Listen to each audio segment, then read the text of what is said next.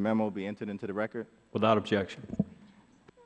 Mr. Crane, I believe on June 23rd of 2011, your organization issued a press release as it relates to this discretionary memo, as it's been coined. Is that correct? Honestly, sir, I don't remember. We've put quite a few press releases out there. Oh, yeah, that's been clear. Do you recall a statement that you made? Any American concerned about immigration needs to brace themselves for what's coming? I do remember that, sir. Okay, and you also stated, I believe, in that very same missive, this is just one of many new ICE policies in queue aimed at stopping the enforcement of U.S. immigration laws in the United States. You recall that statement? Yes, sir. And do you recall saying, unable to pass its immigration agenda through legislation, the administration is now implementing it through agency policy? Do you recall that statement?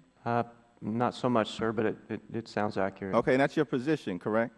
Yes. Now, in your testimony today, you mentioned and compared your organization and the fact that there are only about 5,000 customs agents, less than the number of officers in many local police departments, correct? You stated that? That was my testimony. That was you, okay. Now, well, would you agree that ICE is a paramilitary organization in its construction? That's for Mr. Crane. Oh, it's a law enforcement organization, sir. Okay, and as a law enforcement organization, most law enforcement organizations, I don't know of one that's not, but most law enforcement organizations are paramilitary organizations, correct, in their structure? I don't know, sir. I was in the military. I don't consider it to be very close to the military. A paramilitary organization. But, yeah, I'm sorry, sir. I don't know if I can answer that. Okay, but there's a chain of command within ICE, is that correct? Yes, sir. Okay, and as part of that chain of command, there's a director, John Morton, correct? Yes, sir. And that director is responsible for policy in the agency as part of the chain of command that exists, is that correct? Yes, sir. But you've disagreed with the policies that have been articulated by Director Morton, correct? Especially when they appear to be illegal, sir. Yes, sir. Okay. And you've also disagreed with the policies of Secretary Napolitano, who is the Secretary of Homeland Security, is that correct? Yes, sir. Okay. And she's also, as part of the chain of command, above John Morton, is that right? Yes, sir. Okay. Now, you've also disagreed with the policies of the Obama administration, correct? Yes, sir. Okay. On this, I think they're kind of one and the same oftentimes. right. Okay. But the President of the United States is ultimately at the top of that chain of command, correct, as the United States President? Yes, sir. Okay. Now, he's been elected not once but twice, correct? Yes, sir. And does he have the discretion? Is he lawfully permitted to execute, as the President of the executive branch, policies in the immigration and customs space?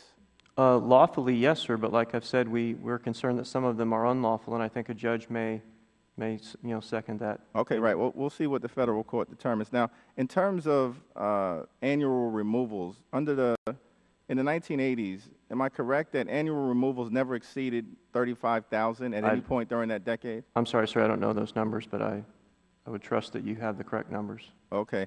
And in fiscal year 2002, under the Bush administration, if my timing is correct, 2002, the administration removed approximately 165,000 people. Is that correct? I don't know that number, sir. Okay. Now, the Bush administration, I also believe, never removed more than about 360,000 people in a given year, correct?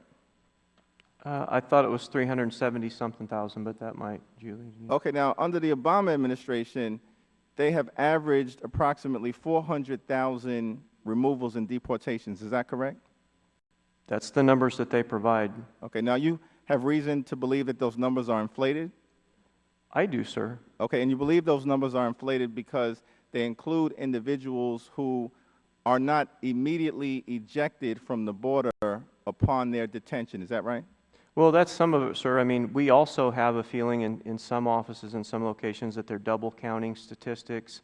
Sometimes statistics are being counted by the Border Patrol. Sometimes they're also then being counted by ICE. We believe, but I want to specify that I don't have like documented proof of that. So you have no real hard number. This is a theory that you have. It's more than a theory, I believe, but I do not have documented proof. You don't have a specific number at all?